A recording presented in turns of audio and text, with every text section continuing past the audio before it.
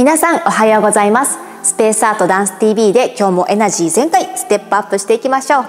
この動画はジャズダンス、バレエで使われるターン、ピケを練習する実践動画となっています。様々なポジションやテクニックがあるジャズやバレエですが、やはりターンというものはスピード感も増しますし、目を引くテクニックでもあります。そして正しい形で回ることで華やかさも持ちますよね。それゆえ鍛錬が必要なテクニックです。その中でも今回は刺すという意味を持つ片足を床に刺して回転するピケを取り組む練習動画となっています。ポジションを確認しながら少しずつターンへ発展させていきましょう。ターンをしようと思うと力んでしまいがちで、それに加えて遠心力が働くためバランスを取るのはなかなか簡単なものではありません。ピケは基本的には準備のポジションとターンのポジション、これを一つずつつなげていくものになるので、まずはこの2つの形を押さえることが大切です。そしてターンは立ち姿やルルベをした時の体の引き上げができているかどうか、この辺りも関わってきますので、実際に練習してみると今自分に足りていない基礎テクニックなども明確になってくるんじゃないかなと思います。今回のこのターンのシリーズでは振り付けでもよく使われるターン3つを挙げて紹介しています。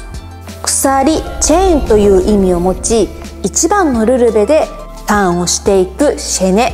旋回という意味を持ち、その場で片足ターンをするピルエット。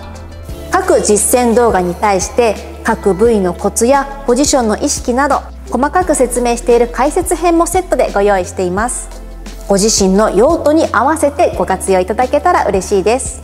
関連動画は概要欄にリンクを貼っておきます。スペースアートダンス TV ではダンスを様々な角度から楽しめるコンテンツをお届けしています。チャンネル登録、グッドボタン、通知ボタンまでぜひよろしくお願いいたします。